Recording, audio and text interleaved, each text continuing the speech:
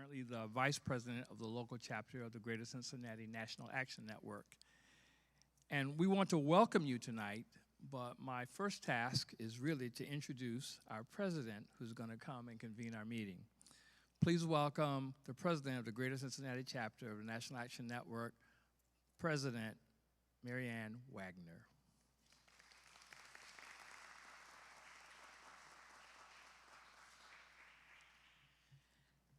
Thank you, Pastor Withers, and welcome everybody to this great event. I'm very excited to learn about the question, what is Project 2025? And I've heard some things about it, but we're going to get all the inside information tonight. Just tell you a little bit about this chapter of the National Action Network. We started in 2013 under the leadership of our great president, Bishop Bobby Hilton. Come on, let's give him a hand. He carried us through a lot of issues and things that happened in the city of Cincinnati. And under his leadership, this chapter was an award-winning chapter, and in the first 2 years. So that was a great, great accomplishment, and we thank you, Bishop. But we are so happy for the opportunity to present this very, very important subject tonight. And I just want to give you our mission statement, and it is to work with the national organization to promote a modern civil rights agenda that includes the fight for one standard of justice, decency, and equal opportunities for all people, regardless of race, religion, national origin, and gender. And that is what we're doing, and that's what we're here to do tonight. I did want to let everyone know that we do have a table in the back with registration, voter registration information. If you're not registered, please stop by there so that you can get registered to vote in this very important election coming up. And I know we hear every time this is the most important election of our lifetime, but it really is the most with what's going on. So we are here, Greater Cincinnati chapter of the National Action Network, and we're calling this the return. Due to COVID, we weren't as active as we had been down through the years. But guess what? We're back. And how many of y'all ready to fight? Amen. Amen. Okay, the preacher coming out, sorry. But this is the return, and we are going to resume having meetings once a month, and we'll talk about that later. So right now I'm going to call on Pastor Withers back to introduce our speaker.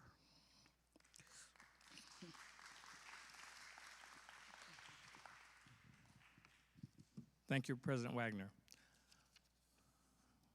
One of the things I would also share before I introduce the speaker is that we are going to stream the event this evening for others. There will be many who are watching, including my wife, who was unable to come. But we're going to be streaming it. You can find it on the Word of Deliverance platform. Some people will be sharing it on their Facebook pages as well.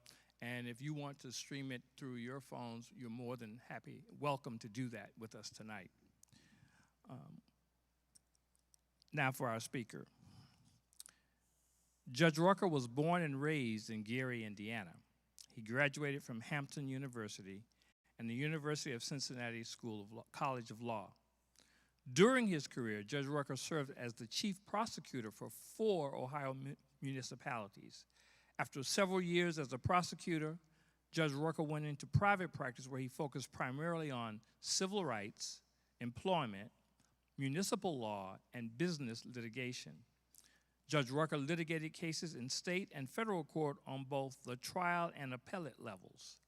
Judge Rucker had the very unique experience of representing both plaintiffs and defendants in court. In 2007, Judge Rucker was appointed to the Hamilton County Municipal Court. As a judge, he presided over more than 300,000 cases, including several hundred civil and criminal bench and jury trials. Judge Rucker authored more than 400 written decisions and regularly appeared on local and national news, discussing relevant legal issues and high-profile cases. He has mentored and serves as a legal advisor to dozens of aspiring and sitting elected officials, from judges to city council members to mayors and county administrators. Judge Rucker is now the managing lawyer of the Cincinnati office of the Cochran Law Firm. He primarily focused on personal injury, wrongful death, and police misconduct cases. He also is an on-air legal consultant on a national court TV network, the executive advisor of the Holloman Center for Social Justice, and an ethics professor at the University of Cincinnati College of Law. So as you can see, he's well qualified, very experienced to share with us tonight.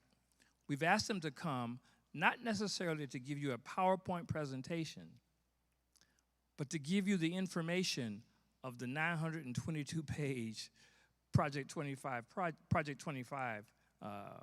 mandate, and we will allow questions towards the end. So if you can hold those, we've got another microphone, we'll do that at the end. We want to give him a time just to share with us. So if you will, please receive our speaker for tonight, Judge Fanon Rucker.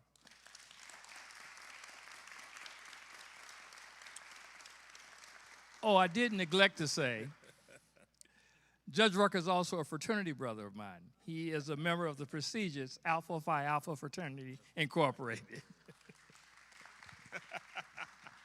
Thanks, brother. I appreciate it.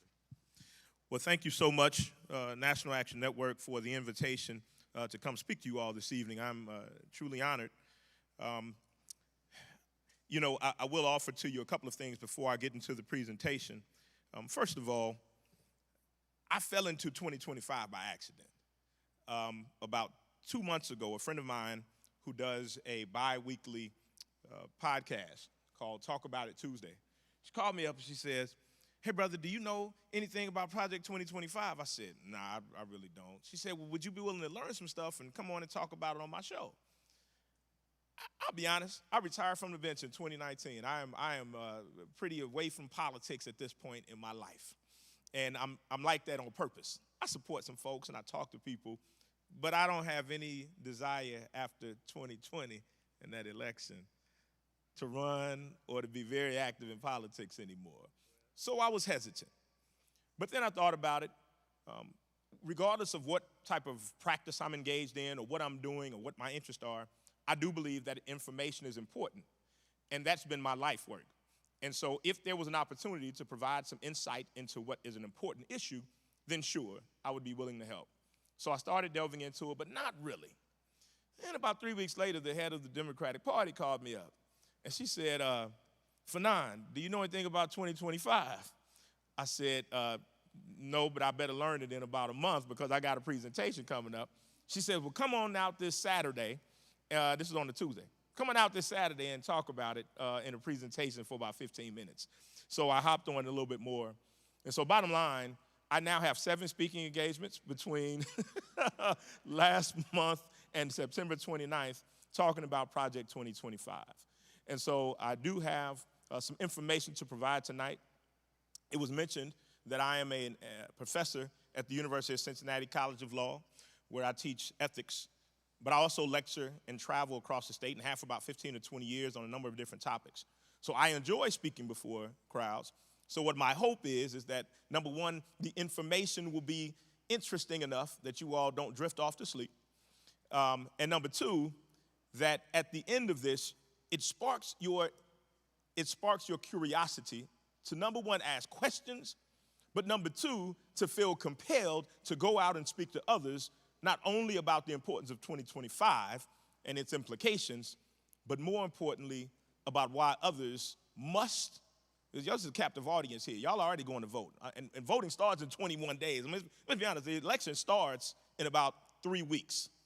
And so we have to capture the energy that we have now to ensure that people actually get out to go and activate and not just listen and talk. So you've heard my personal intro, so I won't go into that. What is the expectation of this presentation tonight? Well, let me say that this is neither a critique or a denigration of Project 2025, nor is it a point of advocacy of 2025. This is, from my consulting about 30 different resources, including 922 pages of the book itself. And no, I didn't read all 922 pages. About 24 of those pages are reference materials, but it's a lot of policy stuff. And some of the areas of conversation in 2025 have to do with budget issues and China and those, and that just didn't spark my interest, so I didn't delve deeply into those. I'll mention some of those issues tonight that I believe may be of interest. But this is not going to be a partisan conversation about the negatives of 2025. I let folks come to whatever conclusion they want to after they hear it for themselves, how they feel about what's being offered in this policy document.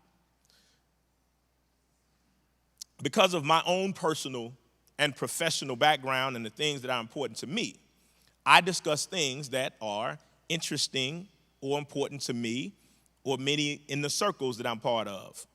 I'm a father, I'm a grandfather, I'm a lawyer, I'm a retired or former, I'm a recuperating elected official, and I'm also a fisherman.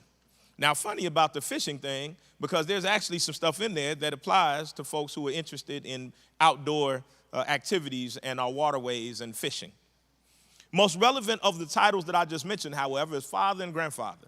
I have a 21-year-old son and a 25-year-old daughter, and as of last year, my daughter and son-in-law made me a grandfather, and now I just found out last week that my second grandchild is on the way in January, and it will be a boy. I mean, I knew before she was pregnant because she was starting to get around because she's doing January. However, we found out last week she's having a boy, so they're going to even up the stuff. But those are the most important titles for my conversations about 2025. And why is that?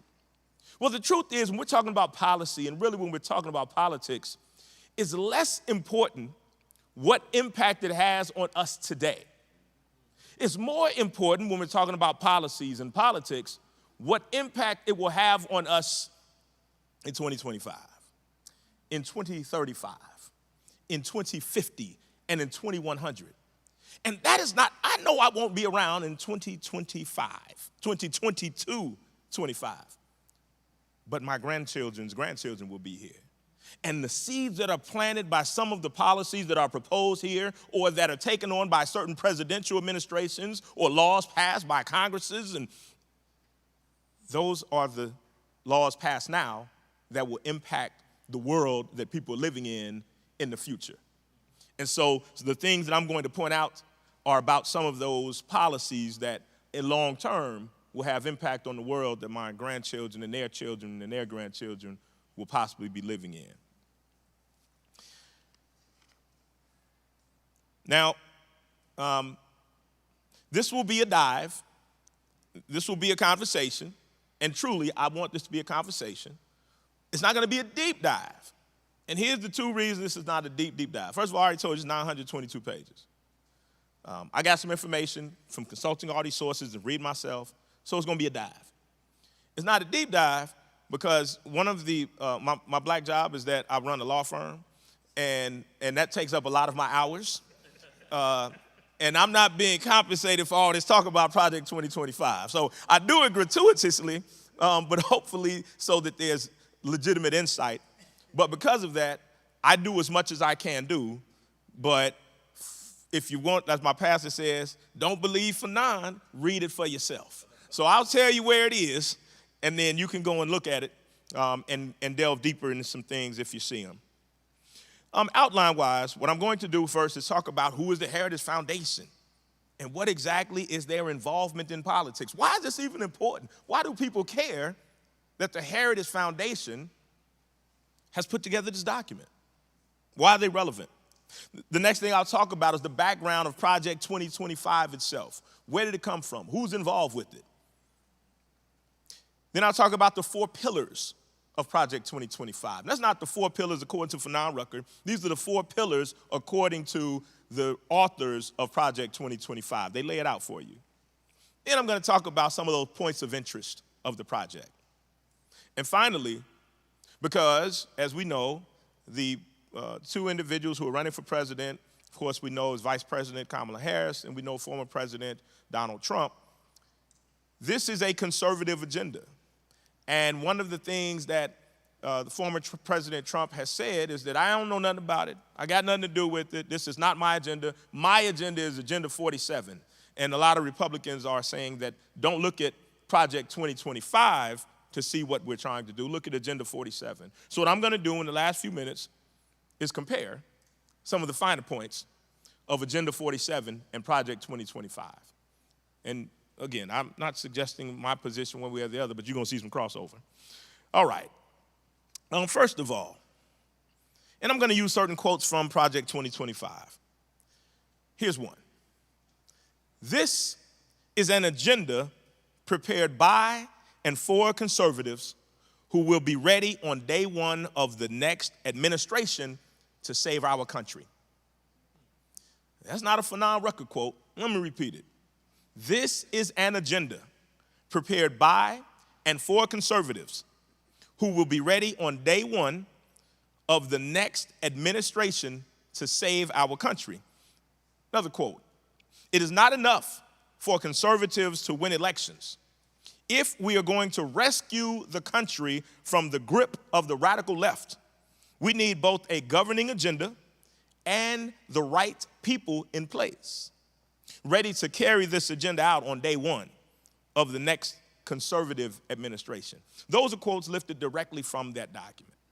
That was directly taken from that document. Who is the Heritage Foundation?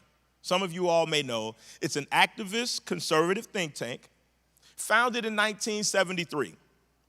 Its primary goal was the formulating and promoting of public policies based on free enterprise, limited government, individual freedom, traditional American values. That's a quote, traditional American values. Now, that will be important when we talk about some of the policies as to how they are at their core based and drawn. But it was, and this group has significantly influenced several U.S. presidential administrations. Who are the founders of the Heritage Foundation? I went deep into this at another conversation. I'm not going to do that here, but I'm going to tell you the 3 names of the people who founded this organization. One gentleman was named Paul Weyrich. He was an American religious conservative, political activist, and commentator associated with the New Right. He's a person who's known for the phrase, the moral majority. And of course, that was the group that was co-founded with Jerry Falwell. This is the person who co-founded that group with Jerry Falwell. He was one of the 3 founders. I said I wasn't going to talk deep about him, but there's one quote from this individual I have to give you. This is a quote from Paul Weyrich, one of the founders of Project 2025. How many of our Christians have what I call the goo-goo syndrome? Good government. They want everybody to vote. I don't want everybody to vote. Elections are not won by a majority of people. They never have been from the beginning of our country, and they are not now. As a matter of fact, our leverage in the elections, quite candidly, goes up as the voting populace goes down. That's one of the founders of the Heritage Foundation. And again, do they say in 2025 we don't want people to vote? Of course not. But what you see in the creation of the organization and in their philosophies are a reflection of the ideology of those who founded the organization. So that's one of the founders. Everybody that shouldn't vote, we don't like when everybody votes. And that was from a speech he gave in 1980. Another person who founded, a person by the name of Edward Follner. Edward Follner, he gave an interview, and he was asked, who is the target of the Heritage Foundation? Who is the target of the Heritage Foundation? This individual said, we can look out our window and see the dome of the U.S. Capitol 1 block away. Our target audience includes senators, congressmen, and congresswomen, and key staff aides. Heritage Foundation's target audience, our target audience, quote from his own mouth, includes senators, congressmen, and congresswomen, and key staff aides. Most people don't know this, but there are 35,000 congressional staffers on Capitol Hill. They pull together data to their bosses on how he or she should vote on a forthcoming bill. That's their target. That's their target audience. See, we're talking about a policy, and we'll get into this when we talk about Agenda 47. A policy is just, this is what I believe, this is what we'd like to see, this is how we'd like things to run. But a policy in the government means nothing without the people who write the laws to change the laws to reflect the policy requests of this organization. So when they're targeting certain individuals and groups, they're targeting the ones that are making the bills, that are passing the laws, that are collecting the data to be persuasive to those who then write and pass the laws. Just to keep in mind, that's the second founder. The third founder, and I won't go into a long history about him, is a gentleman by the name of Joseph Coors. Joseph Coors was a hard right political philosopher, a member of Ronald Reagan's kitchen cabinet, helped fund Reagan as governor and president. He was appointed by Reagan to the board of the Corporation for Public Broadcasting. As a regent at the University of Colorado, he opposed the establishment of Chicano studies, opposed the presence of United Mexican American students on campus. The Coors family, of course, that's the Coors Brewing, and there was a huge boycott with black and Mexican workers because they were discriminating against them in their companies. Long boycott of the company, they are strictly anti-union. The Coors family is strictly anti-union. Those are the three founders of the Heritage Foundation. Again, they're not mentioned directly in Project 2025, but the founding of their organization as it existed over the past 53 years or 51 years is reflective in the philosophies of Project 2025.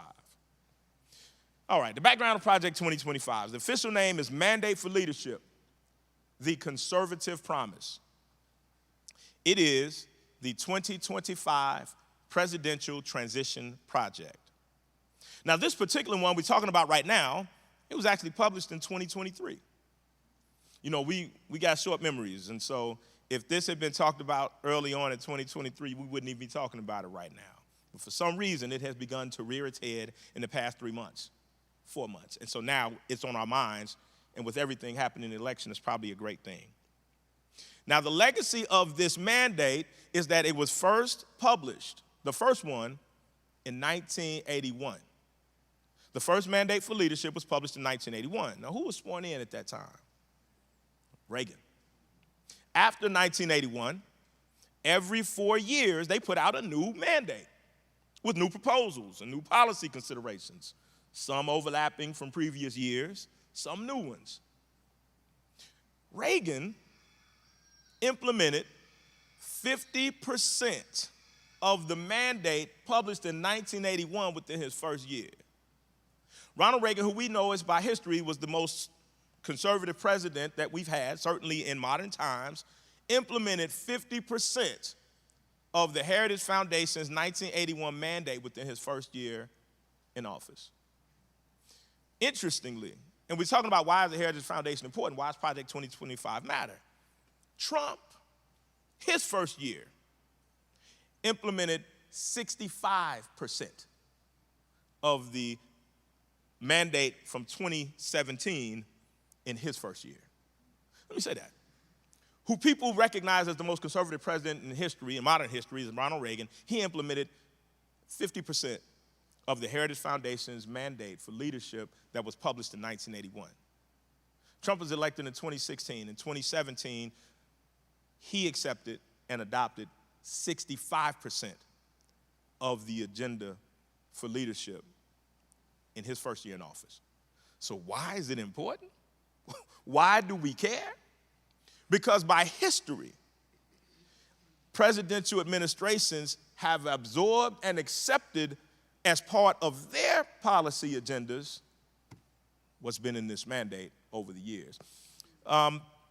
There was another president, and I mentioned this at another speech, who was generally known to engage in smoking, or at least he said he did smoke, but he didn't inhale. He went on Arsenio Hall blowing a saxophone, and folks really loved him, but he was one of the most conservative Democratic presidents we've ever had. The reason that people were not allowed to get federal financial aid after possessing a minor amount of marijuana was because of the crime bill that was passed under Bill Clinton. He accepted portions of the mandate his year when he got elected. Another thing that he did was lower the capital gains tax a significant amount, which is why a lot of folks in those businesses loved the Clinton years. That was a proposal then in the mandate, and that's a proposal this time in the mandate, to lower the capital gains tax. So there are certain parts of the mandate that have been specifically proposed. We know that Trump accepted a whole lot of it, Reagan accepted a whole lot of it, and if you look at certain parts of Bill Clinton's presidential administration, he adopted certain conservative parts of that agenda when he was in office. What are the facts about Project 2025? 922 pages, 30 chapters. The goal, according to the document, is to, quote, assemble an army of aligned, vetted, trained, and prepared conservatives to go to work on day one to deconstruct the administrative state. That's a quote from the document. The goal is to assemble an army of aligned, vetted, trained, and prepared conservatives to go to work on day one to deconstruct the administrative state.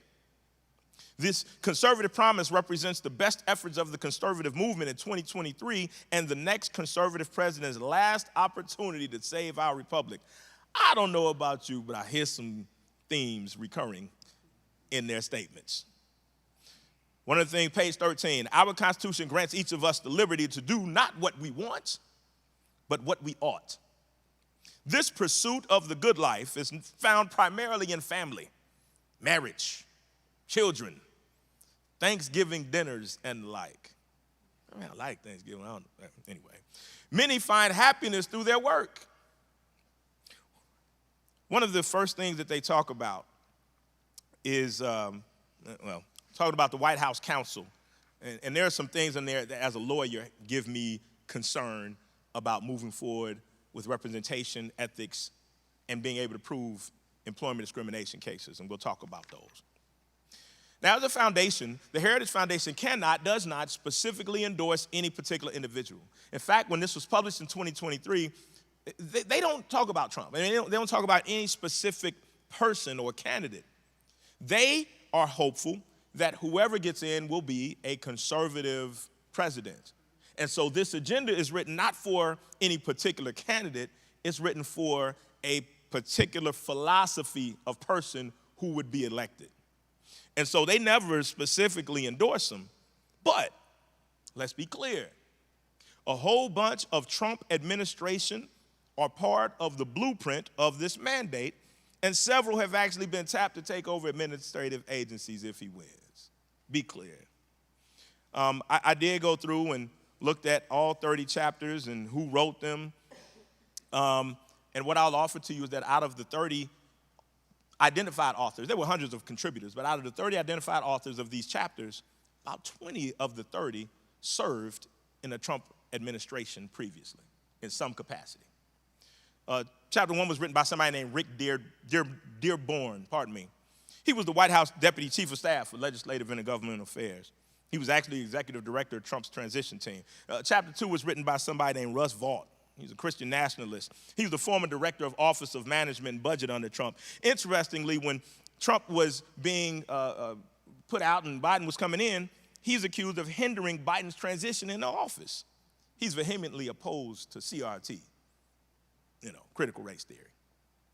Chapter 3 is written by somebody named Dennis Kirk. He was appointed by Trump to chair the Marriage Systems Protection Board. Oh, wait till we talk about the changes in that one. Chapter 3 also was written by somebody named Paul Dans. He was Trump's chief of staff at the Office of Personnel Management. Chapter 4 by Christopher Miller. He was a Green Beret, was acting as U.S. Secretary of Defense, and was director of national counterterrorism under Trump. Now, I encourage you to Google his involvement in January 6th. It'll make you a little nervous. Chapter 6 was written by somebody named Ken Cuccinelli. He was the Deputy Secretary of Homeland Security under Trump. While he was Attorney General of Virginia, he was the first Attorney General to file suit against Obamacare. These are the authors of this agenda. So when there's a disavowal of any knowledge or connection of candidate Trump to Project 2025, it makes you wonder. If half of his administration is responsible for writing it, how can there be a disavowal of any knowledge of it or a disassociation with it? It just makes you wonder. But I can give you backgrounds on most of these folks. Chapter 17 was written. This is the Department of Justice chapter. I'm actually going to be speaking about that on September the 21st at United New Vision, specifically about the changes proposed to the Department of Justice. It was written by somebody named Gene Hamilton. He served in the DOJ under Trump. He was key in ending DACA, created a zero-tolerance family separation policy under the Trump administration. Chapter 21 was written by Thomas Gilman. He's a CFO, and he was the Assistant Secretary of Administration in the Department of Commerce under Trump. I'm not expecting you to remember all these names or remember all these positions. I'm telling you this as a global understanding of who it is who was behind drafting these policies and where their connection to whoever other than Kamala Harris may be elected, so that you know what to expect. There was one person I do want to just point out to you. His name was Pendley. He wrote chapter 16. Pendley was the director of the Bureau of Land Management under Trump. He was one of several high-ranking Trump officials who were never confirmed by the Senate. Let me repeat that.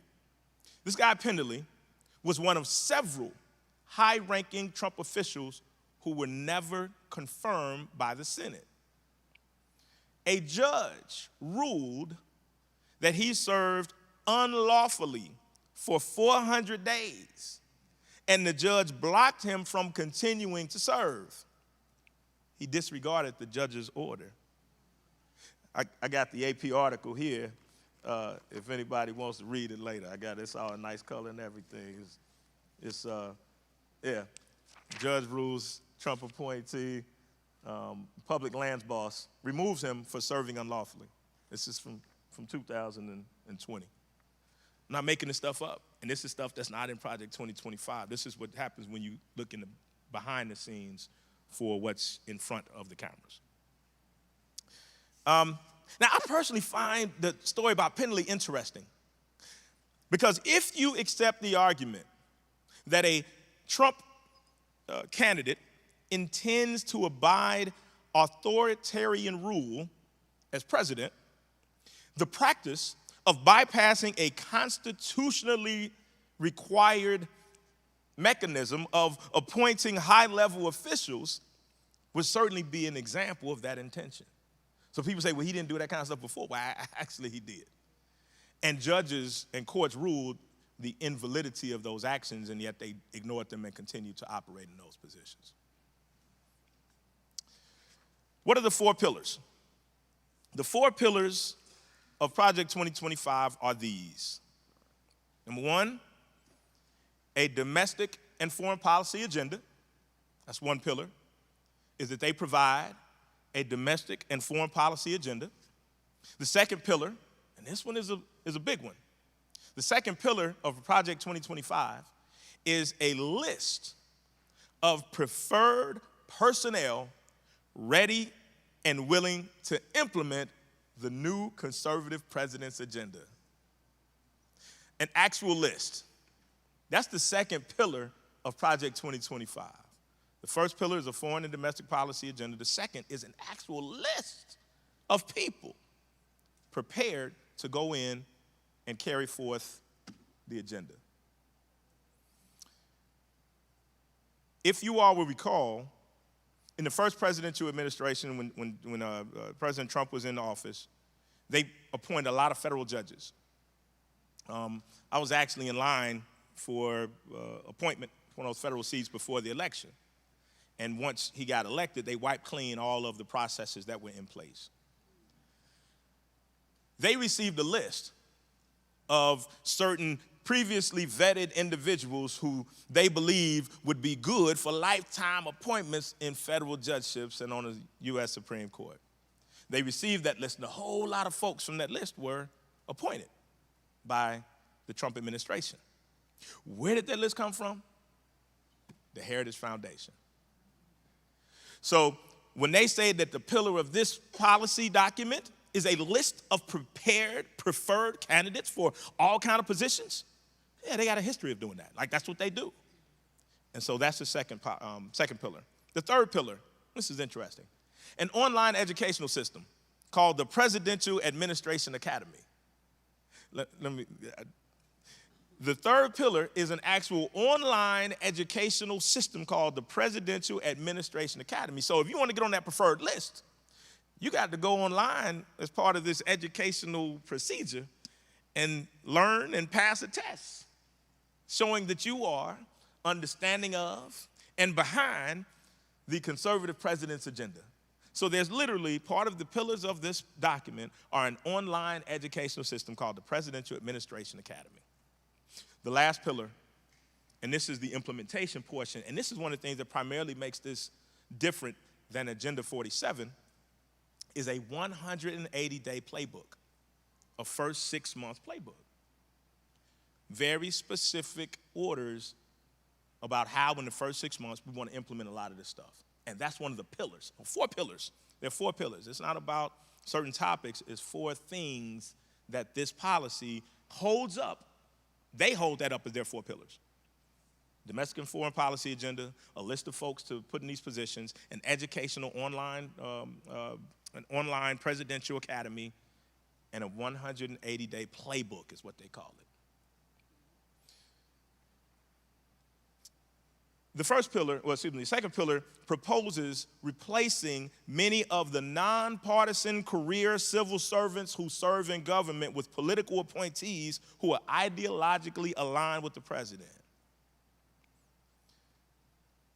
This policy proposes replacing many of the nonpartisan career civil servants who serve in government and replace them with political appointees who are ideologically aligned with the president.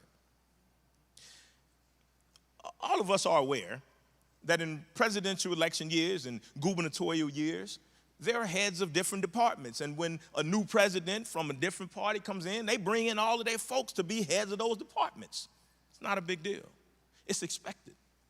But what's not anticipated or expected, or really should be permissible, is all of those workers underneath those department heads who don't get involved in politics, who don't have particular agendas, who are there working for the department, not for a political agenda, they're allowed to keep their jobs because they're working for the people. This policy, and I'll tell you in a second how they propose to do it. This policy says, no, we don't just want to get rid of the department heads.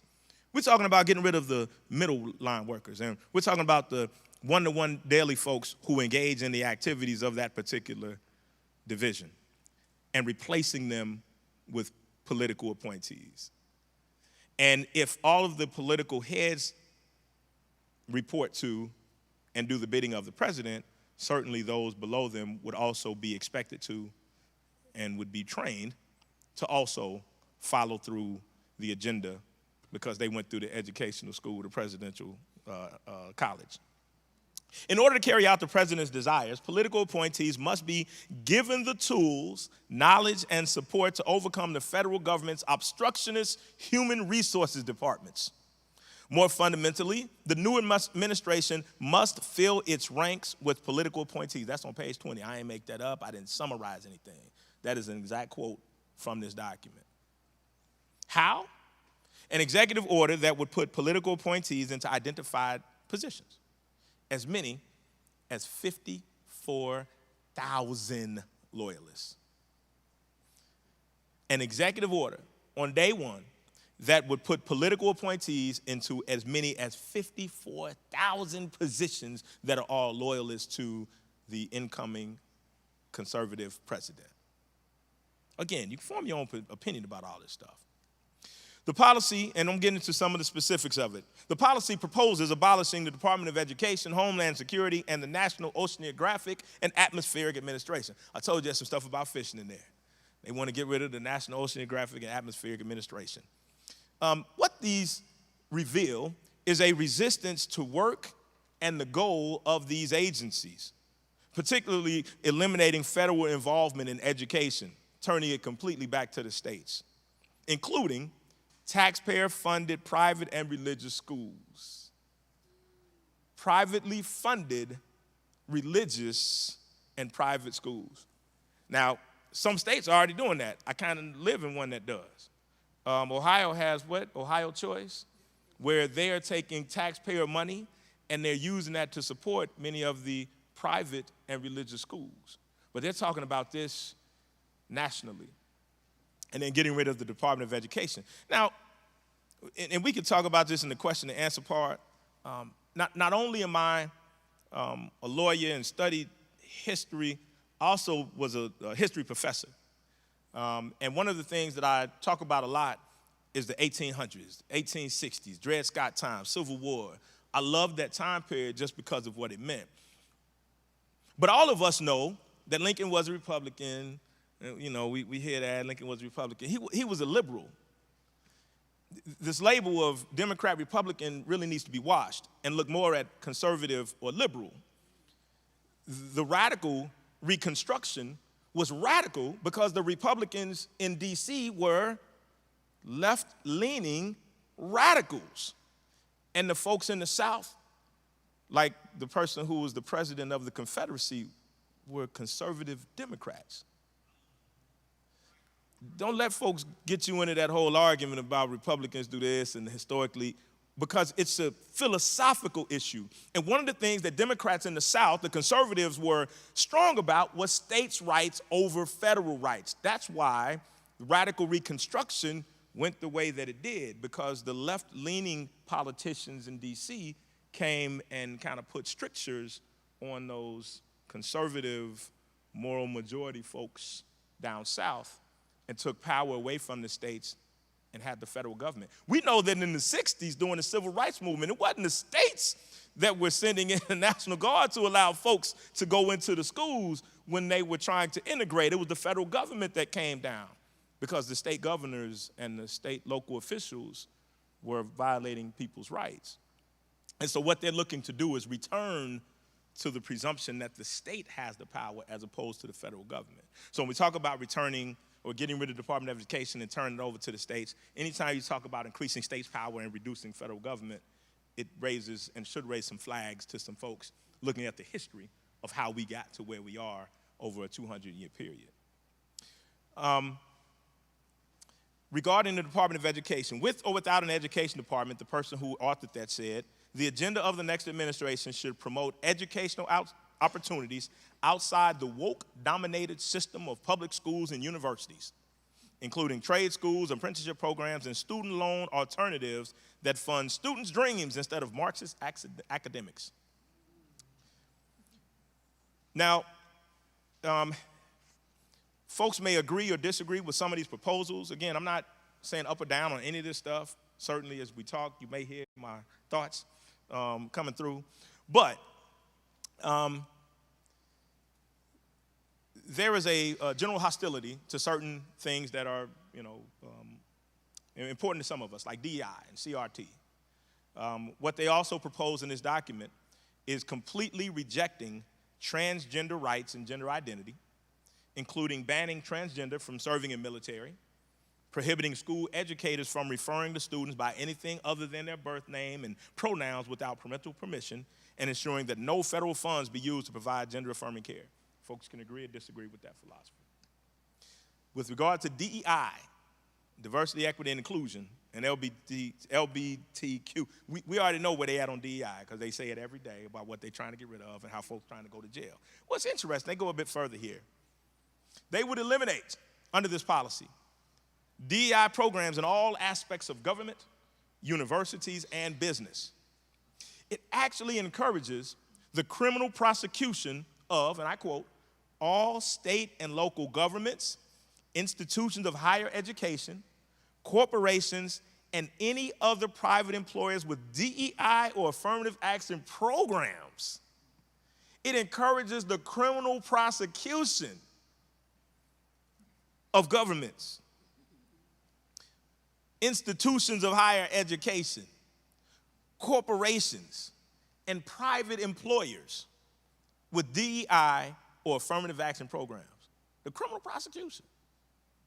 It proposes an end to same-sex marriage, removing protections on the basis of sexual or gender identity, and completely eliminating any of the words DEI from federal legislation whatsoever. They, of course, would take several steps to restrict abortion. Now, it's interesting, the policy recognizes that the issue of abortion is a sensitive national topic. And so they don't go as far as saying we want to make abortions illegal or prevent them altogether. But they certainly would defund Planned Parenthood and other non-religious-based family planning outlets completely. And they would direct the Federal Drug Administration to revoke approval of mifepristone, which, of course, is the pill that has been approved that assists in terminating pregnancies. Of course, it bars critical race theory from being taught in federally funded schools and encourages legislation that would allow parents to sue schools that do teach critical race theory. It recommends changes to Title VII to prohibit the collection of EEO data on race and on gender. Why is that important? Well, before I went on the bench, I was an employment discrimination lawyer. I represented individuals in employment cases, and there's two ways to prove a discrimination case in employment. You can prove that someone is directly creating a hostile work environment and discriminating against you directly, or you can prove that a policy of the company has what's called a disparate or disparate impact on a particular group of folks. It has a disparate impact on gender, on women. It has a disparate impact on Muslims. It has a disparate impact on black folks. Title VII requires the keeping of that statistical data, which then is able to be used to prove these cases. Well, they have a problem with the idea that we don't live in a colorblind society. In fact, conservatives are of the belief that we do live in a colorblind society, and therefore these cases are unnecessary. And therefore they propose removing the provision in Title VII that requires the keeping of that statistical data. Now, they don't say it so folks can't prove their cases, but that would be the effect of it. Because if you're not allowed to keep the data, you have no evidence to present in court on a discrimination lawsuit. So this policy recommends specifically prohibiting in Title VII the collection of EEO data. It recommends dismantling workers' rights to organize through unions. It proposes, and this is an interesting one, and it's interesting just because it's interesting. It proposes outlawing all pornography because it is, quote, tied to the omnipresent propagation of transgender ideology and sexualization of children. It calls for any librarians or educators who look at it to be registered as sex offenders. Let me say it again for those in the back that didn't hear. Project 2025 proposes outlawing all pornography because it is, quote, tied to the omnipresent propagation of transgender ideology and sexualization of children. It calls specifically for any librarian or educator who looks at it, as broadly defined as pornography may be, it calls for them to be registered as sex offenders. The government would no longer, and this is along that issue of race, hostility towards race issues, the government would no longer investigate schools for signs of disparate impacts of disciplinary measures based on race or ethnicity. Government would no longer investigate schools for signs of disparate impacts of disciplinary measures based on race or ethnicity. There was recently a lawsuit that was settled, I believe out of Pennsylvania, where it confirmed what many of us have known for years and what studies have shown, is that young black boys in a particular school district were overly punished as compared to their white counterparts. And how were they able to prove that? Because the government collected and studied the data over a 10-year period. This would eliminate the ability of them to do that.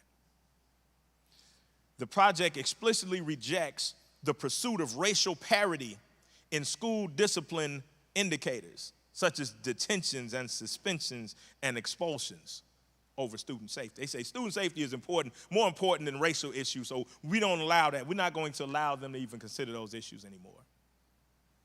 It would eliminate Head Start and cut funding for free school meals. Student loan relief would be completely over. The Biden administration, this is a quote, the Biden administration has mercilessly pillaged the student loan portfolio for crass political purposes without regard to the needs of current taxpayers or future students. There's another quote. To ensure a future department doesn't forgive loans like Biden has, Project 2025 calls for rescinding regulations that made it easier for those who were defrauded by their college or who attended in-station that closed to discharge their loans. Similarly, it would nix the new income-driven repayment program known as Saving on a Valuable Education, or SAVE. And we know that over the past 4 years, they have gotten all kind of heat for removing the yoke of heavy student loans from millions of former students. And this certainly would end that without qualification. It also recommends ending the public service loan forgiveness program, which allows teachers and others who work in public sector to have their loan balances wiped out after 10 years of making payments. Like, you can't just say I'm working in the public. You have to work for 10 years consistently and make payments on a specific schedule, and they would eliminate that. Here's one that should concern folks. The FBI director would answer directly to the president. The FBI director would report directly to the president. It would require a total overhaul of the Department of Justice and the FBI to get rid of, quote, radical left ideologues and focus more on violent crime and going after anti-white discrimination, because that's a big deal.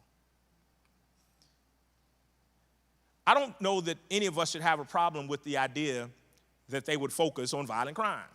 I think that's important, and I think all of our communities would be served if we focused on getting rid of the violent crime for the trauma that it causes to our children and generationally how it affects us. But they're talking about having the FBI director report directly to the president, and what we're talking about is putting all these heads in. The FBI director and the Department of Justice director are supposed to be non-agenda driven positions who have as their focus the enforcement of the laws, not the enforcement of a president's agenda. This is proposing changing that so that the FBI director will report directly to him and be subservient to whoever that president is. No problem about it going after violent crime and going after anti-white discrimination. It actually encourages the FBI to focus on targeting violent crimes and criminals, and we're going to wipe out all the drug gangs around. It encourages the enforcement of the death penalty where appropriate and applicable. I thought that was interesting. It's on page 554. They recognize the sensitivity, like with abortion. They say, we recognize the sensitivity of this death penalty issue, but based on the current crime wave that we're going through, it justifies this position. A couple of things raise my head about that. First of all, the crime statistics over the past 5 or 10 years show that violent crime is down significantly all across the country. So this current crime wave is not supported by the actual numbers and statistics that we are aware of. Second of all, conservatives all over the country are opposing publicly and pretty aggressively the death penalty. It's been Republican legislatures and it's been Republican governors who have stopped the enforcement of the death penalty. Here in Ohio, there hasn't been a death sentence imposed or carried out since 2011. And that's been very deliberate by our Republican governors. This is a conservative think tank who says, we are aware of the sensitivity of the death penalty issues around the country, but we believe that it's important because of the current crime wave. Chapter 17 is the Department of Justice. It identifies several scandals and explains that the Department of Justice has become a bloated bureaucracy with a critical core of personnel who are infatuated with the perpetuation of a radical liberal agenda and the defeat of perceived political enemies. That's a lot of words to say they think that the DOJ is dirty. It has become a cabinet-level department whose leadership appears to care more about how they're perceived in the next Politico or Washington Post article or their stature with any number of radical leftist organizations than they do about justice and advancing the interest of the American people. It is essential that the next conservative administration place a high priority on reforming the DOJ and its culture to align the department with its core purposes and advance the national interest. One of the things they propose is using the DOJ in a very aggressive way to go after radical, left-leaning prosecutors who have been elected in the country, having them aggressively investigate their offices and prosecute them because they are acting contrary to the public interest in their minds. And that's what they encourage the Department of Justice to be used for. I mentioned earlier that with regard to some ethical issues of lawyers, one of the things they propose, because they're talking about everybody has to, yield directly to the president, one of the things they propose, while the White House counsel does not serve as the president's personal attorney in non-official matters, it's almost impossible to delineate exactly where an issue is strictly personal has no bearing on the president's official function. The White House counsel needs to be deeply committed both to the president's agenda and to affording the president proactive counsel and zealous representation. I told you I'm an ethics professor. And one of the things that we talk about in our ethics is when someone is corporate counsel, when you represent a corporation, represent a business, if you represent the solicitor's office in a municipality, you do not personally represent the mayor. You do not personally represent the council members. You are the counsel for that office or for that department, or in the corporate sense, for that corporation. If, under our ethical rules, the president of a corporation begins to act contrary to the interests of the corporation, the job of the corporate counsel is to separate themselves from the president and, under certain circumstances, report them or ensure that they have outside counsel to represent them. This proposal to remove the barrier between the White House counsel and the president is unethical at worst and consistent with authoritarian rule at the worst. It's all in line with having every single department division head, whether they are partisan or nonpartisan, despite their positions, to report to the president directly and to be in line with carrying out the president's agenda, whoever that president is. Ethically, that raises a whole lot of problems. This document proposes defunding the Corporation for Public Broadcasting, which of course is a nonprofit corporation that provides funds for NPR and PBS, because that's radical left images and messaging. Tax-wise, it proposes getting rid of the current tax rates and deductions and credits. It actually proposes 2 tax rates, getting rid of all these steps and ladders, and I don't think anybody would disagree that the tax code needs to be revised. I think both sides argue that all the time. It's just some disagreement on how that's done. So they propose 2 tax rates, 15% and 30%. 15% tax rate for anybody who makes under $168,000, 30% tax rate for anybody that makes over $168,000. We make things very simple. What's the problem with it, though?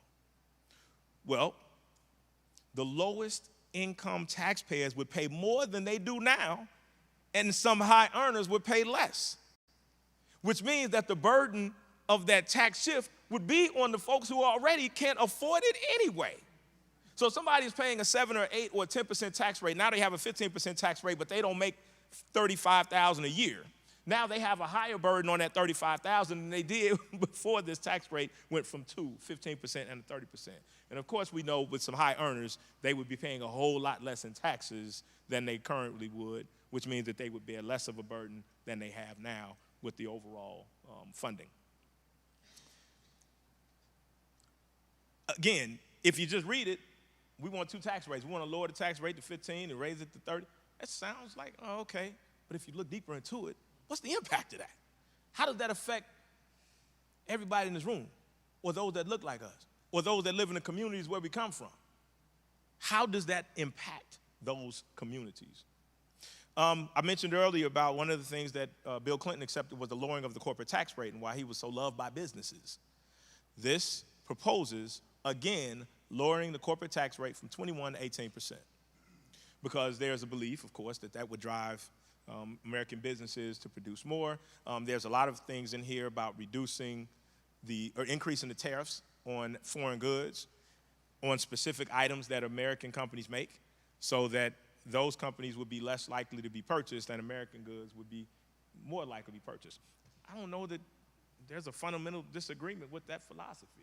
I don't know. But that's also what's proposed by this policy. This policy proposes pulling the U.S. out of international organizations when they don't serve the administrative interests, which of course includes the World Health Organization and certain UN agencies.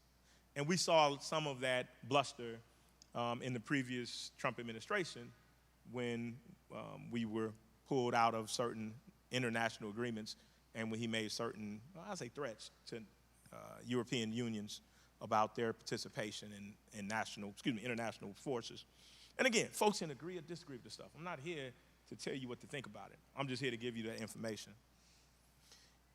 Medicaid. It would make significant cuts to Medicaid and impose work requirements in order to receive the coverage, and the coverage would only be able to last for a certain period of time, making it like welfare was, and was that under Clinton? That there were changes to welfare, making it a temporary measure to discourage or to prevent people from staying on. Now, like I said, that's some of the high points of it. I consulted, again, several sources, including the project's website, a series of Forbes articles, numerous Google articles, the book itself. I can give you that site. You can find the whole 922 pages. There is, in fact, a very good summary by Snopes, S-N-O-P-E-S, which makes sense because Snopes' purpose is to dig into the legitimacy of internet rumors. And so Snopes does a really good dive. It's about 20 pages long where they go into some of these policies and explain some of the issues and the legitimacy of some of what they're proposing. But what's the difference or the similarity between Project 2025 and Agenda 47? Agenda 47, according to the preamble of it, is, and I quote, the 2024 platform to make America great again. It is a forward-looking agenda that begins with 20 promises. The language of Agenda 47 distinguishes itself from Project 2025 because it is clearly a political platform of goals. Let me say, and I started another conversation about this, there should be no particular offense or concern that the Heritage Foundation came out with a policy agenda. Truly, any politically active organization or committee should. The Democrats come out with the policy agenda every 4 years, every year. They have one right now. Medicare for all, medical care for all is a right, education. I mean, there's a certain agenda that the Democratic Party has. The Republican Party has agendas that they've had forever. I mean, that's expected and that's important. But agendas and political blustering is on a whole different level than a policy platform that gives a specific roadmap about how to carry through with changing the entire structure of the government. Here's what Agenda 47 promises in their platform. What are the promises? Seal the border and stop the migrant invasion. Carry out the largest deportation in American history. End inflation and make America affordable again. They love that, they'll make things. So here's one. Defend our Constitution, our Bill of Rights, and our fundamental freedoms, including freedom of speech, freedom of religion, and the right to keep and bear arms. That's Agenda 47. That's not a playbook. That's not a specific roadmap about how to change the structure of the government. It's a rallying cry to get folks excited. Like that's the difference between Agenda 47 and Project 2025. Agenda 47 are campaign promises and campaign speeches. Here's another one. Undo DEI policies. That's Agenda 47. Undo DEI policies. I think we heard that in Project 2025 in one way or the other. Allow parents to elect school officials and favor school districts that enable teachers to carry firearms. End the weaponization of government against the American people. What does that even mean? Stop the migrant crime epidemic.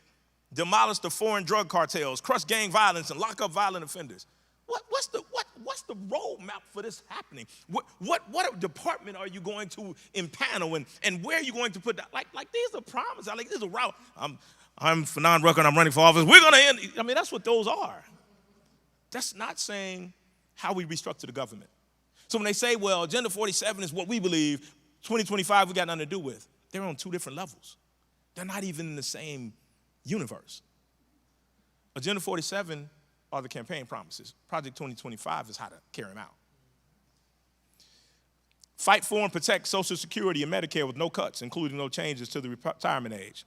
Keep men out of women's sports. Cut federal funding for any school pushing critical race theory, radical gender ideology, and other inappropriate racial, sexual, or political content in our children. That sounds a whole lot like something we read in Project 2025. Pushing prayer in schools. That's not a policy. That's an agenda. That's a campaign promise. Seeking out and undoing Marxism in education. We just said Project 2025 proposes getting rid of the Department of Education. And part of Agenda 47 is, quote, seeking out and undoing Marxism in education. Those same words were used in Project 2025. Project 2025 says they want to certify only teachers who, quote, embrace patriotic values through a new credentialing program. He also says on day one, Trump will sign an executive order to end automatic citizenship for children of illegal aliens, ending DACA. Agenda 47, prohibit undocumented immigrants from receiving any form of government benefits. Stop refugee admissions. Stop federal funding to sanctuary cities. Have the DOJ dismantle every gang, street crew, and drug network in America. That sounds a whole lot like what Project 2025 was talking about. They don't say how they're going to do it. You can go to 2025 to see how they plan to do it. Deploy federal troops for, quote, law and order. Deploy federal troops for law and order. That's in Agenda 47. I don't know, I might like Agenda 47, or Project 2025 better than like Agenda 47. Deploying federal troops for law and order. Facilitate the hiring of 100 U.S. attorneys to investigate what Trump believes to be left-leaning district attorneys and anti-conservative bias in law schools and firms. Facilitate the hiring of 100 U.S. attorneys to investigate what Trump believes to be left-leaning district attorneys and anti-conservative bias in law schools and firms. These are these agendas that y'all can read for yourselves. I just took it straight from there. An overall declaration and proposals of pro-America. Raise tariffs, in interest of my words, it's an overall declaration and proposal of, quote, pro-America. Raise tariffs on most foreign goods, especially Chinese goods. Project 2025 looks at China as the big evil. And they talk, of course, about supporting the idea that we ban TikTok until it goes into U.S. hands, that we raise tariffs on all foreign goods, but especially on China, that we build up our military force and point our weapons towards China. Like, they have China as the big evil. It's the new Russia. The new USSR, according to the folks who put together 2025.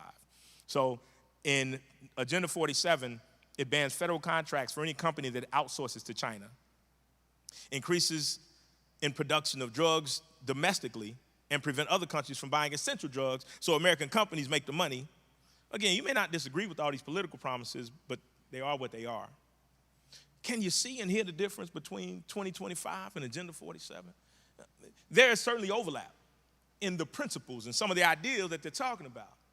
But again, Agenda 47 are campaign speeches. Project 2025 is a specific plan on how to dismantle, undo, and restructure the government in its entirety. You may want that to happen, you may not. But Heritage Foundation's proposal is that any restructuring of our government should be based on certain principles that they believe are important and the target folks who they say that they're putting this forward to, and that is the conservative agenda to save America. I didn't make these words up. Again, I'm not here to criticize necessarily or to advocate.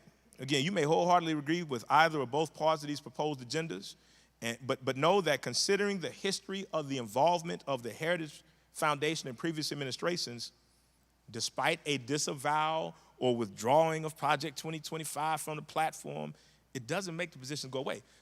Before I take some questions, I thought it was important to talk about a comparison between 2025 and Agenda 47, primarily because, yes, Donald Trump is saying, I don't know anything about it, I had nothing to do with it, got nothing to do with me, I think it's crazy. We know, of course, his people were involved in the drafting of it. But as I was explaining to a couple of people, just because, so I said it before, I got about 6 Bibles in my house. And if somebody comes to my house and they take my Bibles, or I put them away, or I hide them away, so nobody can see them, it don't change the fact that I know that Genesis is the first chapter and Revelation is the last chapter. It don't change that I know that Psalm 133 says how good and pleasant it is, brothers dwell together. It don't change the contents of it. It doesn't change that that's my belief system or my ideas. It doesn't change it just because you don't see it. So when the president of the Heritage Foundation stepped down because they were getting negative press, or when they said we're no longer pushing Project 2025 because it's over with now, we're not even doing this anymore. What are they talking like? What did that change? Did it mean that they're no longer believing in the stuff? Did it mean that they don't have a list so that if and when a conservative president is elected, they're not going to give a list to them and say, here are the people we want in those positions? Is it not going to be that they're going to encourage the Department of Justice to be completely redone and that the FBI director actually report the No, it just means that for the next 90 days, you ain't going to hear as much about it as you did before. Because, no, we pulled it. That's not what we're doing anymore. It's still there. Like the philosophies are still there. Again, Agenda 47 is a good part of exactly what we talk about philosophically in Project 2025. So again, that's my conversation, my lecture about it. I hope that it's 8:20. I hope that you all have some questions. I'll answer what I can. I don't know all of it. Some people have asked some questions, and I'm like, I'm not sure. I haven't heard that part before. But if there's anything anybody would like, I'll tell you what I can.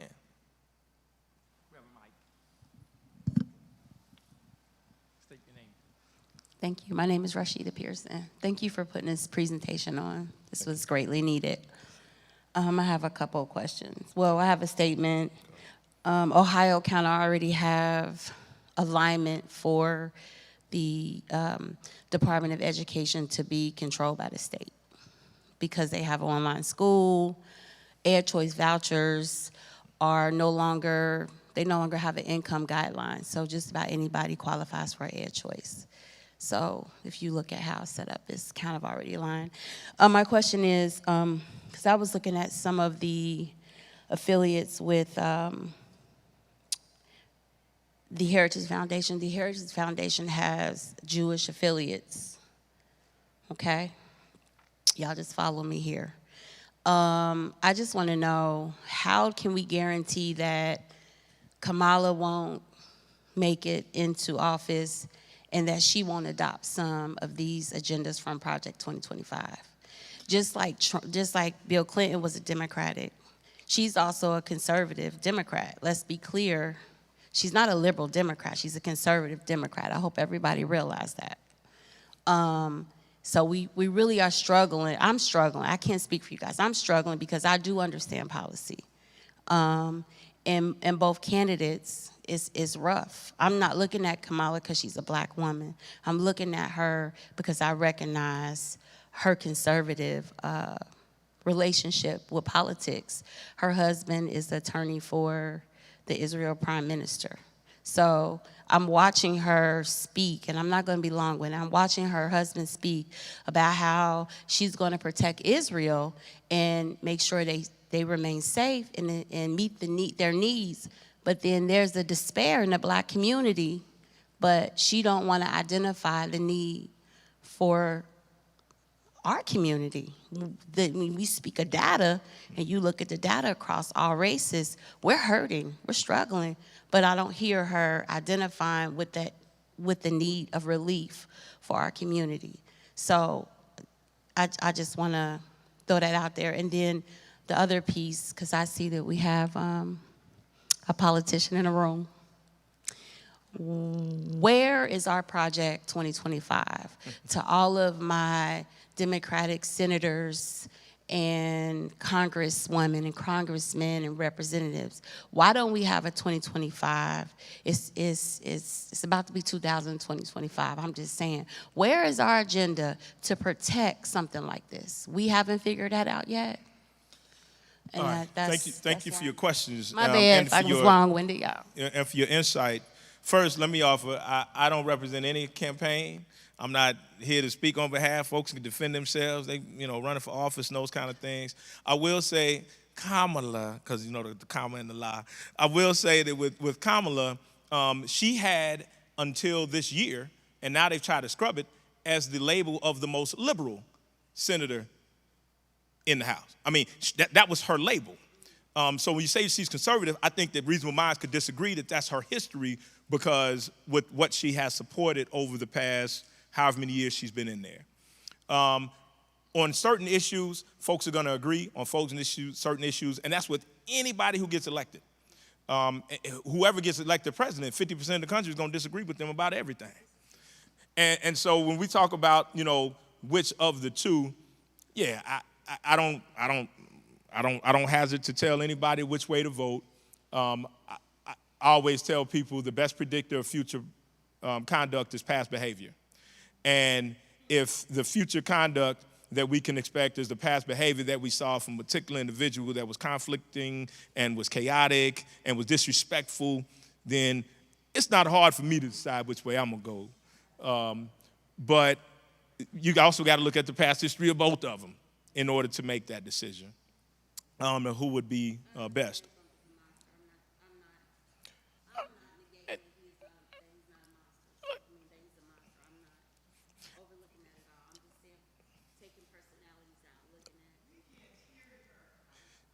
See, well, I didn't say that. I'm just, but one of the things you asked is, where is our Project 2025? When I was talking about this on the radio, some dude called in and said, I looked up liberal think tanks. There are 100. I don't doubt it. Like, literally, just as much as there's a Heritage Foundation, Obama has his own think tank. And they are responsible for electing certain like-minded officials across the country. Color of Change is another one. There were several who have agendas. But the reason that we're talking about Project 2025 from the Heritage Foundation is because none of those other think tanks, other than having some open doors into White House administrations and being able to talk about certain things, none of them have been as influential in presidential administrations in the past as the Heritage Foundation. So other groups have their policy agendas. They certainly do. But we're not talking about them because they're not and have not had the history of being able to influence the appointment of judges. They have not been able to influence, reducing the tax rate in the same way that we know for sure that this particular agenda has. Yep. Yes, sir. Thank you. Bishop Sonny James. Apologize, I was late. City Council in Norwood, I had to attend. Yes, sir. I understand. I've got a question. I've been working with some immigration attorneys recently, and we were all set on a particular individual being able to go through his process with SUCASA and get their papers and all that. The attorney calls me yesterday to say, Bishop, on Friday there was a meeting And now Ohio is one of the states that's trying to repeal what Joe Biden had already put in place to vet certain individuals. Do you believe, because I'll meet with them again Friday to try to help this family, do you believe this is part of the agenda of Project 2025 or Agenda 47 to, at the last minute, the 9th hour, to just come up with this last minute strategy? And if so, what can I be educated with from you or anybody here tonight to help? Because it just came out of nowhere. Yeah. So let's be clear. Those 922 pages are not brand new, recently birthed ideals. A whole bunch of them are piecemeal of things that are already put in place in different communities, in different states, in different parts of the country. So when we're talking about getting rid of DEI, we've been hearing them on those radio shows for the past 5 years talking about getting rid of critical race theory and denying the history and the nature of how our country came to be and the impact of certain groups on it. So that's not new stuff that we're reading in there. So when you're saying that, there's an attempt right now to change the immigration practices, I remember when I was a judge, we used to have, it matters who's in office. Let me say that first of all, because I don't think a lot of people always think that's true. It matters who sits in these high positions. When I was a judge from 2007 to 2019. When I was in 2007, I think it was at the end of George Bush's term, and it was all 8 years that Obama was there. And whenever someone who is not from the United States comes in and on the immigration hold, we have to read this statement. You understand that you are charged with an offense, that if you are convicted, you may be deported, or your ability to become a naturalized citizen may be otherwise hampered or obstructed. Like, we're required to read that if it turns out that the person's not a citizen, saying that if you are convicted of this offense, you may be deported. You may be deported, or your ability to become a naturalized citizen with the visa that you hold or whatever process you're going through may be otherwise hampered or obstructed. That was a legal requirement. Within a month after Trump got in office, we would go up to read that, and it wasn't just, you understand, you do understand. If you are convicted of this charge, you will be deported. Your ability to become a naturalized citizen will be completely terminated. It was this night and day between the impact of those same words based on who was at the top pushing the policies. We didn't just say it like it was just something to be said because it wasn't happening. People were getting deported on minor misdemeanors. And so we knew that when we were reading that, we were telling them because that was exactly what was about to happen to them. But that was different than it was 6 months before because of who was in that position. So when you're saying, now there's an attempt to stop, these folks from getting their visas and being able to be accepted, I don't know how, if the Biden administration has a specific policy through their executive orders that this is what we're doing, that somebody can violate that. Now, it might be state laws. The sheriff in Butler County, for example, may say, not in my county. We're going to take care of our laws here. Federal law ain't going to happen. And there were different sheriffs who said we're not going to enforce federal law. We're not going to look for immigrants when they show up in our courtroom. Other sheriffs said I am. So state law crosses over federal law in certain respects, and that may be what you're experiencing there. I don't know. Hi, my name is Brenda Jones. I'm a retired teacher. Yes, good but evening. I'm also a grandma, a great aunt, and I have young cousins who attend public education. My concern with 2025 is there's something in there that talks about children who graduate from public high schools having to take the service exam to go into the military because they've used those funds, whereas children who graduate from private schools will not have to do that, which it seems that our children will be on the front lines if there is a war. So just thinking about some of the things that are in Project 2025 that will negatively affect our children, our pension plans. The governor of Ohio is trying to privatize it. You know, they're doing all kinds of things. So beyond just those two things there tells me that I do not need to support anyone who would implement some of the things that are in 2025, not just for myself, because I'm a senior citizen, but thinking for, you know, of our grandchildren, our, you know, the future. Yep. We cannot go back. These things were in the 50s when we were in school and schools were segregated. And we didn't have the funds.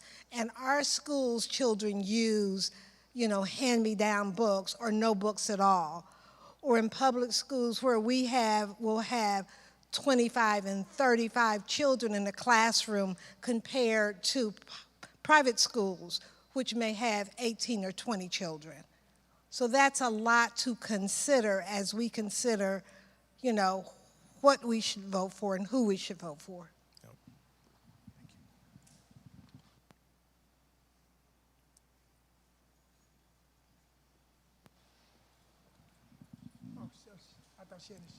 That was a statement, not a question. Oh, okay. No, I'm sorry. My comment is simple. Project 2025. Pretty much all your red states are already moving in that direction. Ohio, for example, DEI. They're trying to address that issue. There was a proposal circulating regarding getting rid of citizen referendums so that citizens no longer could challenge what the legislature, if they don't agree with what's being done in the legislature. Fortunately, those things haven't, you know, totally materialized yet, but yet and still, those are the areas when we're talking about the federal government. Trump wants total control of the administration, the executive branch of government. He wants total control there. And the states, they're giving the states back the control at the state level, similar to when the Civil War and all of that, and the southern states had their way of doing things. So states' rights is what's being driven. My question is more to, in the event, is there anything in there, I haven't read it, that speaks to getting the referendums, removing the authority of citizens to petition their government in form of referendums? So Project 2025 is broken down by department. Department of Education, Department of Justice, Department of Human Services, FTC, FCC. There is none that would specifically address that particular effort. And so I haven't seen that, nor has that been something that has come across my attention as an attempt to remove the citizens' ability. It's enough for me to know that one of the founders said that we don't want everybody to vote. Yeah, the ballot initiative, issue 1, is now on the ballot, which is to allow for the, it allows for the citizens to pick, to draw the district lines. Yeah. Yep. Okay? 5 of those citizens will be Republican, 5 citizens will be Democrat, and 5 citizens will be independents. 15 citizens.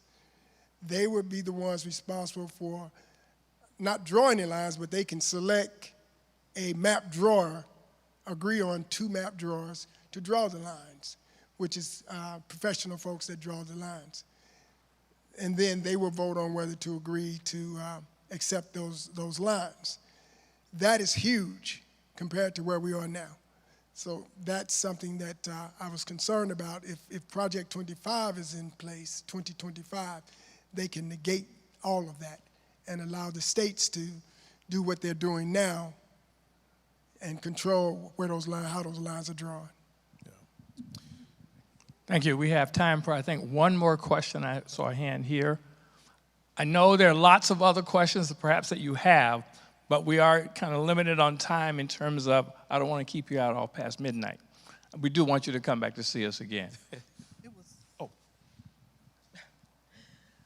It's not quite a question. Can you hear me? Okay, my name is Arnita Bryant. I heard some of what you said, and your question was, where is our agenda? Am I right? Where's the Democratic?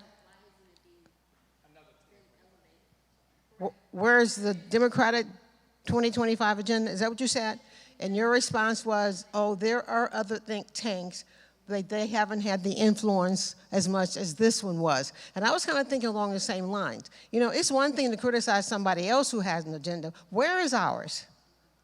And why haven't ours been heard? Or has it? There's so much we don't know, and it's terribly confusing. And you've done a grand job of talking to an audience which you already feel and know is anti-Trump. You've done a great job of doing that.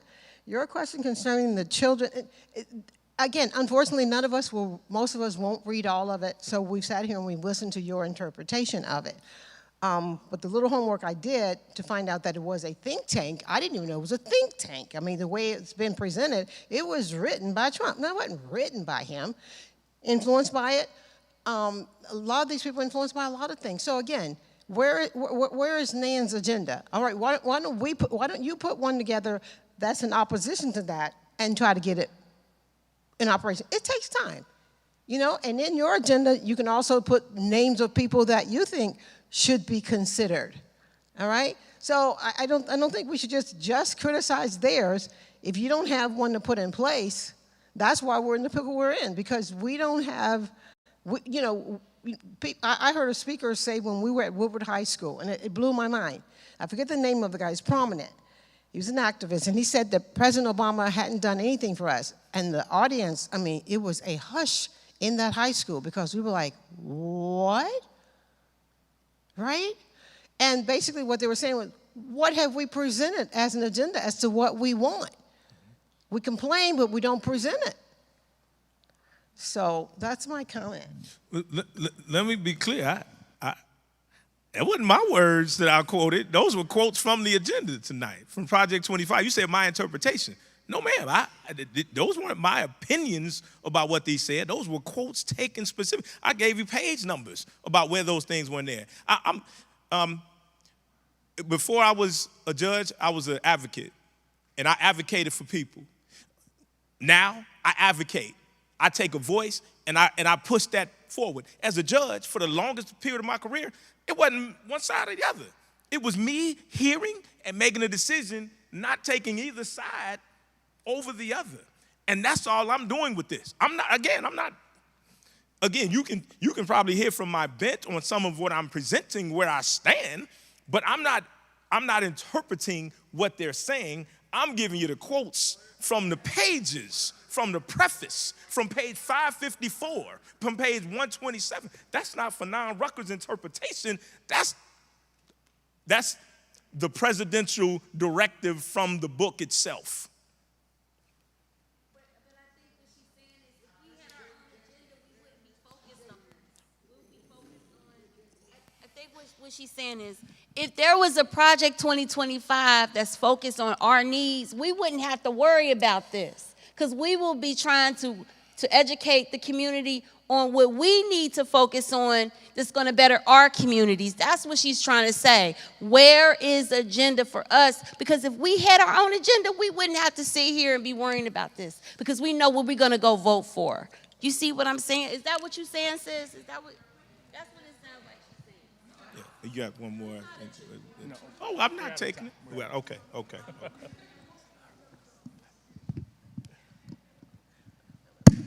Thank you. If you are in a position where you need to leave, we're not going to hold you. There are some things we wanted to cover before we lost the group because there's voter registration and some signups in the back. I am willing to stay a few minutes longer personally, but I do want to do not take advantage of the rest of the group. So understand also that I will say, if I may, Madam President, NAN's agenda is really based on our mission statement and the objectives that we have as a national organization. We don't create an agenda every year or at every political season. It's based on the mission statement of the national organization. Okay. All right, I'm going to make this the last one. I'm the last one. Good evening, everybody. My name is Kitty Sanders. Thank you, Fanon Rucker, for taking the time out to help educate us and inform us about Project 2025. Question, is it true that whether you're Democratic or Republican, presidential candidate or their administration, that because I looked at something on Project 2025 that talked about how even President Barack Obama used the Heritage Foundation to help develop his policies. So I guess I'm trying to understand when they say, where is our Project 2025? I don't know that there is a specific project or agenda for Republicans versus Democrats that each administration maybe uses that think tank and various other think tanks to develop their policies. Is that true? Would that be anywhere near? So as I've suggested, there were certain things even that I mentioned tonight that people were like, I'm not tripping about that. And in that same way, that's why I said, we're asking if we had our own agenda and why are we talking about this one? We're talking about this one because this organization and the history of it has been influential in presidential administrations. And so we know the likelihood is whoever gets in, they're going to look at this and say, I think I can take this idea, and this one seems like a decent one too. I don't like 90% of it, but I do like this. And so that's why we're talking about these things. The power that we have, truly, and y'all know this already, is in holding the folks who we elect accountable. How do you hold the folks that we elect accountable? First of all, we vote. If we don't vote, and I'm telling you this as a long-time elected official who ran in a bunch of statewide and local elections, folks that don't vote in certain groups or certain neighborhoods, I just didn't spend time over there. And don't believe that other folks who come to your church are doing that because they worried about you. Because if you don't vote in any significant numbers, they don't really care what happens with you or not. And if you don't come out and vote, how you going to tell them that you're not going to reelect them next time? If certain neighborhoods don't show up, and we saw dwindling areas of populations in certain Cincinnati neighborhoods where the vote used to be high, and all of a sudden it was very low.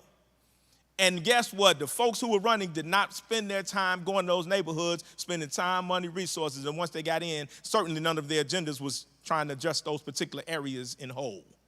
That's just the truth of it. So if we're going to actually be influential with people who get into certain positions, we have to be active, engaged, and we have to actually support them.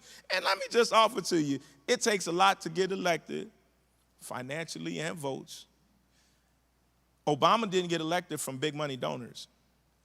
He got elected by small numbers of voters. He was perfect at this. He would say, okay, give me $5 today. And everybody had $5 and they run out. And he have a list of 1 million people who gave $5 as opposed to George Bush or his opponent, McCain or Romney, who had 20,000 folks who gave $100.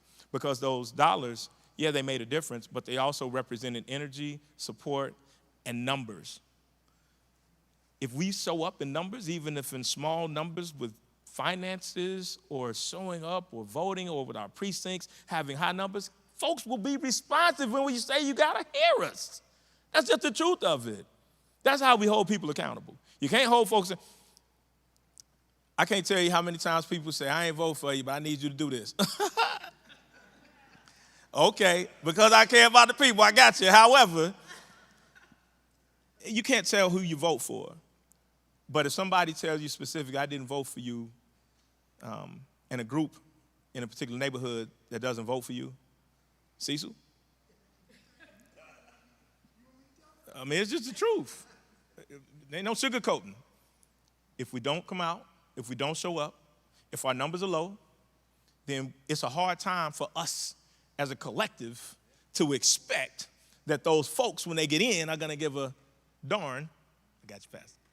Going to give a darn about what we got going on. So we have to not only individually, but collectively. And that means encouraging everybody in our circles, because all of us have circles that we have influence in. All right, she's got it.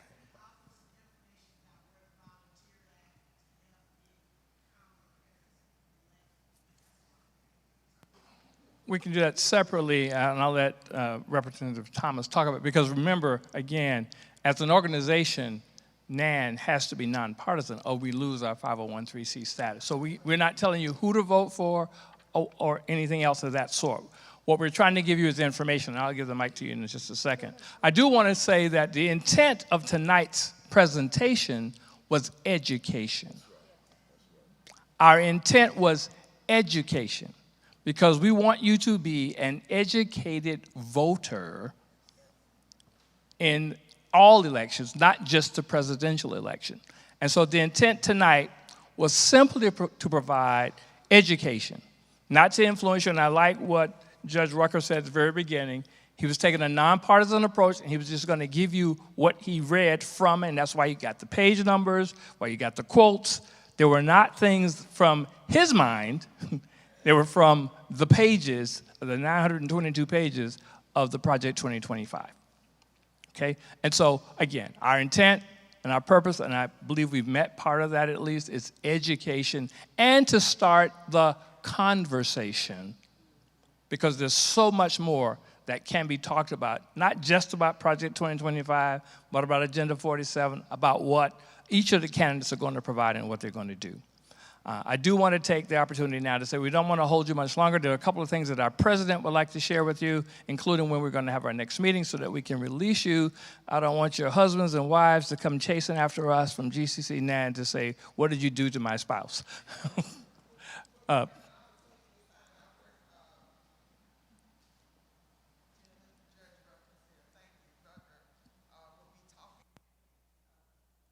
What we'll commit to doing is providing information on our NAN website and getting it distributed as we hear about his next speaking engagement. And I already know that there's at least one or two more that are coming up pretty soon. But we'll make sure that that information gets distributed. Thank you. Let us thank Mr. Judge Rucker for that great information. And like Vice President Withers said, we are nonpartisan, so we can't encourage you to vote for anybody. That's up to you. But we were able to provide the information, and thank you so much. Thank you so much. I just want to share a couple of things with you, and we'll let you go. We are, as I said, we will be resuming our monthly meetings, and they will be on the second Saturday of each month. The next meeting is scheduled for September 14th at 11 a.m. And that's right here at Word of Deliverance. And we hope you'll consider becoming a part of this chapter, because there's so much work out there that needs to be done, and you can be part of it. And that's a great thing. Like they used to tell us back in the day, put your money where your mouth is. Get out there and come on, help us work. Put your shoulder to the wheel and let's go to work. Just one more reminder that there is a voters registration table at the back of the room, and we're encouraging you to stop by. If you're not registered to vote, stop by and get some information at least. So with that, did you have something you want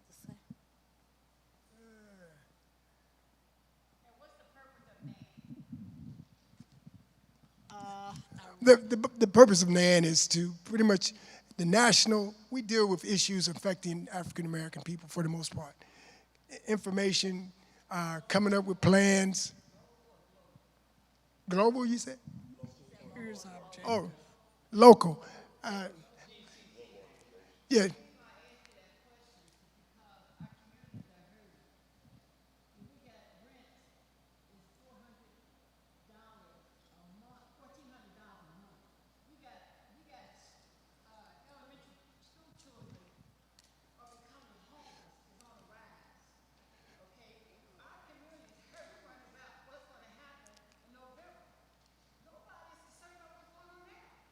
That's why we need to be a part of this so that we can get that.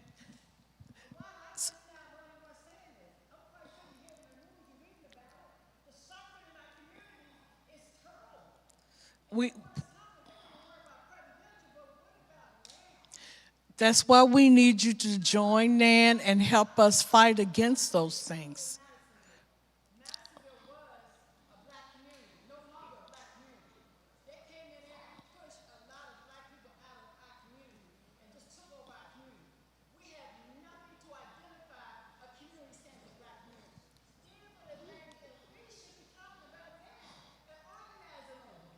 And that's what we will be fighting for.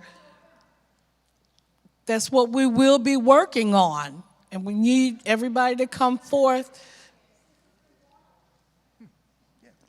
Well, that's what this chapter is about, fighting for those kinds of things. So y'all meet about local politics too, right? We meet about issues that are in the city, in the state. Well, we can't tell you who to vote for, okay? No, but we can provide information about Melissa Powers, about Connie Pillage. We can provide that information. Yeah, but with the 501c3 license would not allow you to do that.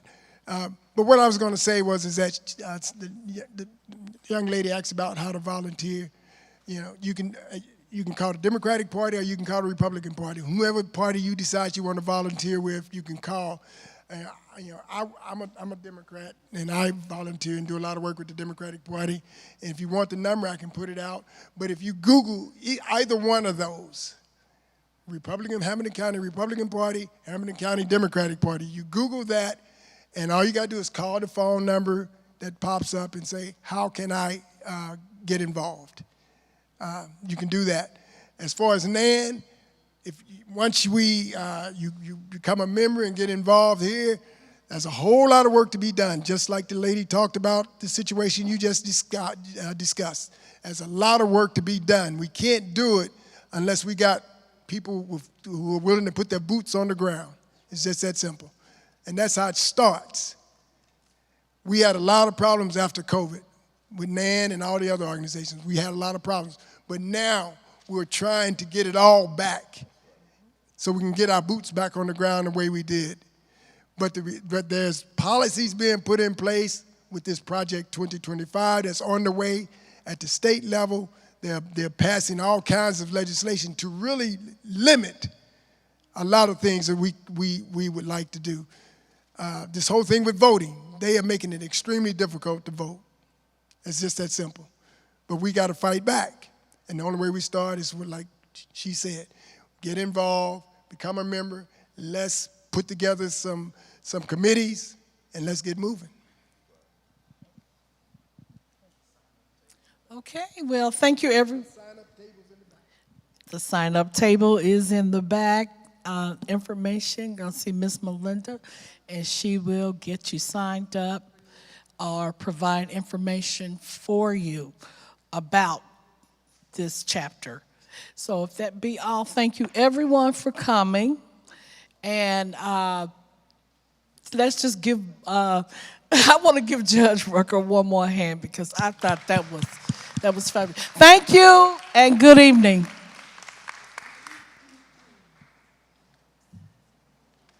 Appreciate it, brother. No.